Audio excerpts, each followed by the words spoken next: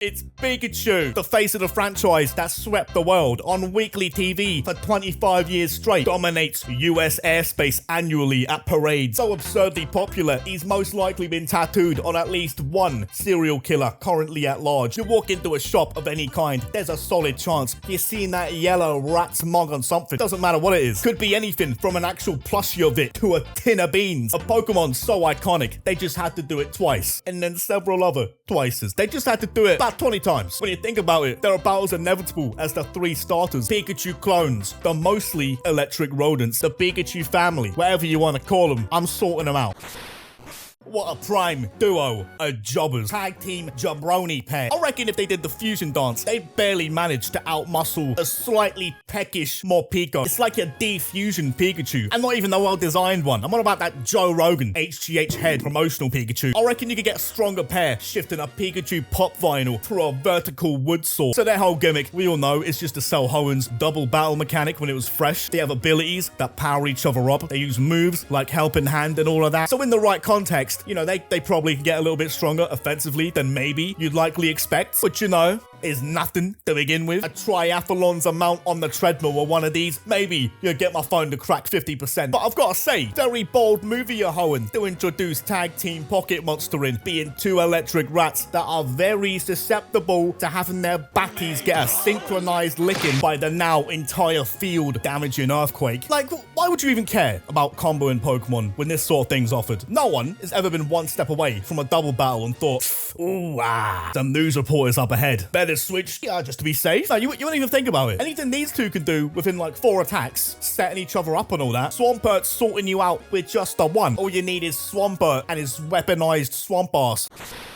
Morpeko is a bit of an oddball in the Pikachu family. Probably doesn't get invited to the gatherings. Too much of a wild card. You know, nobody likes him to be around. You know, 1 minute it's all smiles and peace and John Lennon, then it's, oi mate, where's that 5 of you owe me? The hangry form is quirk chungus as it might sound. It does actually give it a few points here, because at least you can say it does turn it into a unique looking Pikachu clone. I can give them that. Straying away from the standard yellow and orange color palette. But from what I can tell, the only thing these form changes do is it changes the type of its signature move. That's it. I never used this Pokemon. That's it. So you're kind of playing roulette with what type your stab bonus is going to be each turn. Doesn't that seem a bit easy to read? Like you could just swap out into a ground type when you know it's going to go back into the form that favors the electric type, but I don't really care for it at all. Really, all I care about, Marnie should have had a much better staple Pokemon than this, but I can say it stands out here since it's more like a little greedy hamster or guinea pig.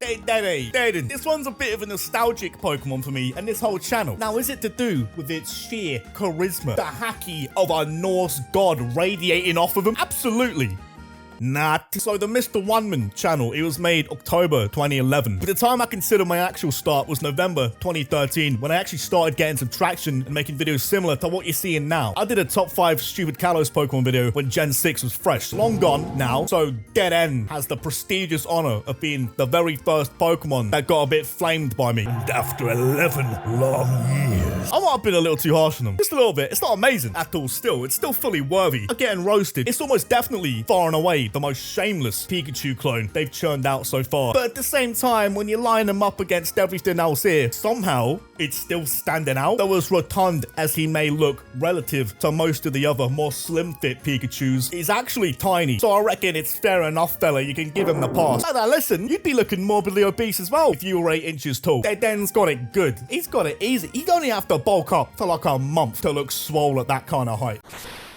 Togedemaru. I'm not even going to pretend I've ever heard its name uttered from someone's mouth to know the Queen's English pronunciation on the little fella. It's a bit of a blind spot for me when it comes to the Pikachu clones, because Gen 7 was the one for me. I hit the phase every Pokemon fan inevitably goes through when they start to grow up and they begin to lose a bit of their wits when it comes to the happenings in the whole Pokemon realm. Sort of like a slow burn version of Codename Kids Next Door, where they become teenagers and just start to lose all their memory. You're forgetting names. You're seeing Pokemon 8 years later you had no idea ever existed. You're getting Mandela affected about Pikachu's tail. I remembered Plusland Minun are on Route 110 in our little patch of grass past Slateport City, and you have a double battle against a pair of them, against this Pokefan woman and her little Whalmer plushes. A useless bit of factoids there that I've held for the past 21 years. But I'm not even doing a bit right now when I say that I honestly couldn't name you a single a lowland town. So my point is, I don't hold any strong feelings or have any strong attempts on reading out the name on Togedemaru's ID, but just at a first glance, Electric Steel type combo is a bit of a tasty one. Just a shame about his little condition, you know, on account of being a jobber, soft-locked within his own species with 0 paths to evolution. There could have been some potential here otherwise, but fair play to him, because I don't really associate it with being a Pikachu ripoff. Not a bad thing at all to me here, because a reoccurring theme in this video is going to be me wanting them to get much more experimental with the Pikachu clones, ones that aren't so blatantly just token Pikachus to sell plushies off. And Togedemaru, whether you like him or not, you can't deny within this roster, he's definitely his own wee fella. It's at the very least uniquely proportioned. At some point they realized they couldn't just have them all follow the same physical template. When making the jump from 2D, they realized the third dimension belongs to the big boys. That Z-axis, that is the bulker's domain.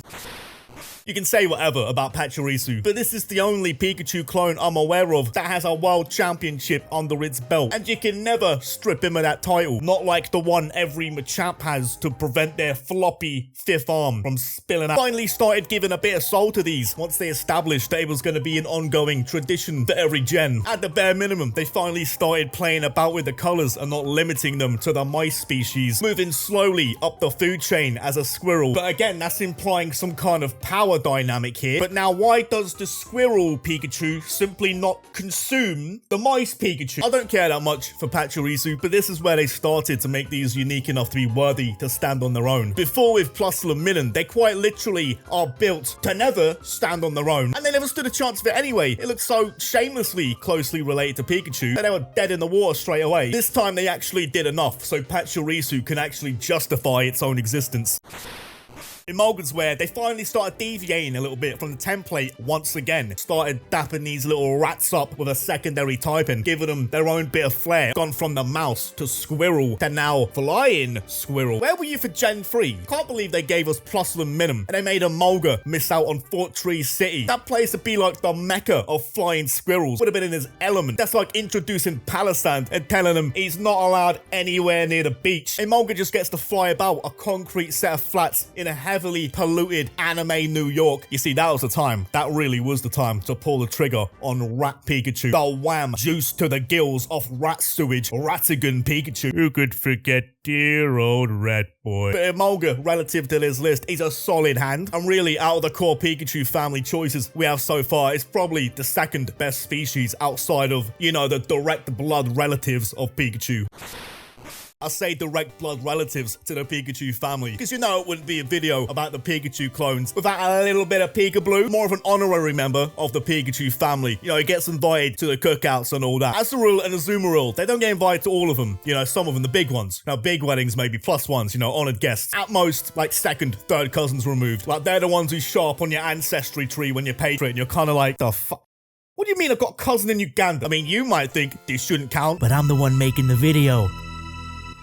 In universe, I'm not even sure if these Pokemon are categorized to begin with. It's a human-made denomination of Pokemon outside of Pocketmon kayfabe. Their universe, they probably would just call them the Electric Rodent family, so Marill, I guess it wouldn't be involved. But just imagine if they were called Pikachu clones canonically as well, just for some weirdly fourth wall breaking reason. It'd be like Kaiba saying out loud his favorite game to play is Yu-Gi-Oh! But hey, the movie trading cards made it semi-canon. Old Peekaboo, it's there in the writing. A firm Nintendo's seal of approval slice of cardboard is good enough for me. You can't deny him that. The guy's got ID on him. Really, the Marill method of doing Pikachu clones, it was always the way to go. I'm not even saying the rest of these are terrible, mostly, but it'd be a much more interesting family if they were treated more like the Eevees in a sense, and they could venture off into loads of different types, and especially different animals. For what effectively should be a generational mascot Pokemon, they should be able to stretch the template a little more. They're not trying to replace Pikachu fully. Have ones with an actual evolution line being more like the spiritual successor to the Pikachus. It feels like very few of them can have their own full identity because they're so closely linked to Pikachu. But that's exactly what the Marill line avoids doing. So they're gonna be top level clones here by avoiding being actual clones.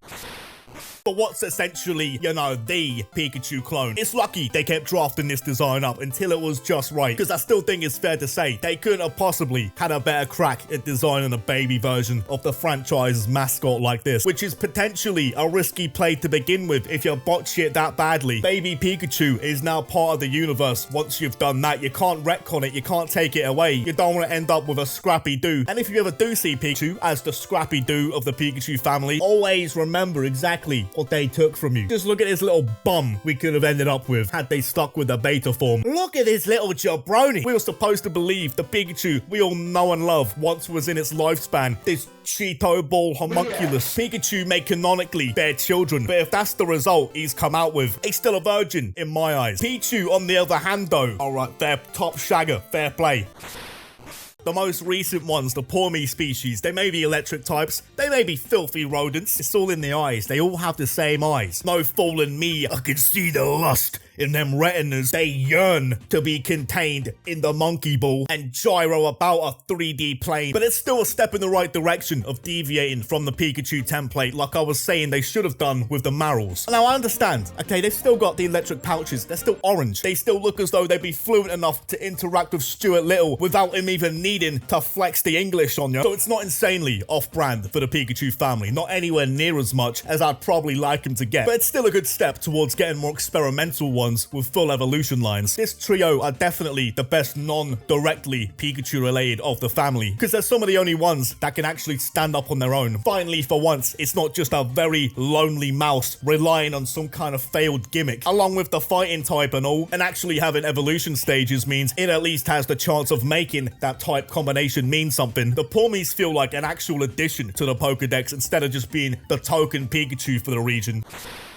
Mimikyu, he has to be in everyone's top 5 here. Another much more, you know, quirky attempt at doing the Pikachu clone gimmick without being overshadowed, because Mimikyu holds 0 genetic obligations to the rodent. As a Pokemon dressed in a rag, it shares more biological traits with a Hitmonchan, but it's literally attempting to be a Pikachu, and at least he's upfront about it. You know, he's not trying to front otherwise. Makes all the others look like a bunch of clout chasers. Hello, the glory hunters. We all know you only got a slot saved in the Pokedex because your dad's Mr. Game Freak. There's a clear separation here with Mimikyu and the rest, even more so than the Peekaboo clan, because it's the one creature here that hasn't had entire bloodlines cease from their temptation for cheese. The rest of them would be getting gripped up by Tom and used to lick his rollies. Contraptions, entire board games made about them getting booked. But what does Mimikyu's kind have made about it? Fables, terrifying tales, bone-chilling folklore to instill the fear of God into humanity. Mice are shown for children on TV, comically packing up cats with baseball bats and frying pans. The Mimikyu brand of creatures are spread purely through word of mouth to children to scare them into brushing their teeth every night before bed, or else the Hat Man will be coming down that chimney and he's gonna put you in his greasy fedora. As unoriginal as this idea very likely is by now, it's just asking for it. It's asking for a bit of regional form action, isn't it? It leaves a lot of leg room. Imagine if it had an evolution and he started cosplaying as a Raichu. Because, you know, not every Mimikyu is gonna be a Pikachu fan. There's gotta be at least one Mimikyu out there who is part of the Reggie Rock agenda, the sole existing Clang fan. As long as it doesn't take a liking to some of the more, you know, the more risky looking Pokemon to try and dress as, it's probably all good. Got the busted form going on, but the last thing he'd want is a form that's getting busted by the police for wearing it publicly. Hey, well, what's the problem? The Demon's favorite Pokemon? Oh, what are you gonna kick me out because I like Jinx the best? It's difficult for the man himself, and on many occasions, I should say, the big man himself. It's difficult for it not to be top shelf within its own family. Obviously, it's gonna reign over the grunts and even the CAPOS or the Electric Rodents, a mew of chubby yellow rats. Potentially the biggest domino, second to Sonic himself, towards getting Chris Chan behind bars. Atsuko Nishida, Ken Sugimori, the brains behind Pikachu. Do you think they even realize exactly what they've done? Do you think they lie awake at night, riddled with guilt for being one half responsible for the creation of Sonichu? Even ignoring that's the face of the Pokemon business and all of that, Pikachu is objectively a timeless design. You can see why it was drafted for the ambassador role. You can have him pipe up anywhere, rock up to the Olympics, Pez dispensers, the face of Smokomon down the markets, one of the select few Pokemon popular enough to appear on homemade bongs everywhere. The guy could probably rock up and represent Japan down UN meetings. Out of all of these, Raichu's the one. Alolan Raichu and all. Standard Raichu's classic, but Pikachu going back to its root, being a big-time surfer, having time for his hobbies again, using your own telepathy to power a hoverboard, a pre-installed by Mother Nature hoverboard. What a prime existence. How fun would that be? I'm here stuck with my legs, and even then, that's a privilege. It's just a big ball of play. In any way you look at it, it has the timeless charm of Pikachu, the upgraded color palette, the stout peak performance bulky build of a champion powerlifter, yeah, at least relative to a bunch of rats, especially compared to the slimmed down modern Pikachu. You see, that's the thing with Raichu, he never let the fame change. I definitely wouldn't say Raichu should have been the franchise player instead of Pikachu. I'm not saying Ash should have spiked him while he's sat in that hospital bed after Surge packed him in, wrapped it around 2 cheese slices and just slipped it in on him, but I think that's why Raichu stands out for me more. Now this is a Pikachu with some chest hair, the pale torso, the ears, they got a full touch up, and Pikachu's tail is absolutely getting mogged. I've never even noticed before either. Raichu seems to lose its few fingers it once had as a Pikachu, but sacrifices must be made to achieve peak physical condition. Like, yeah, fair enough, I can't open a can of Coke without assistance, but tell me, where's your telepathic hoverboard at?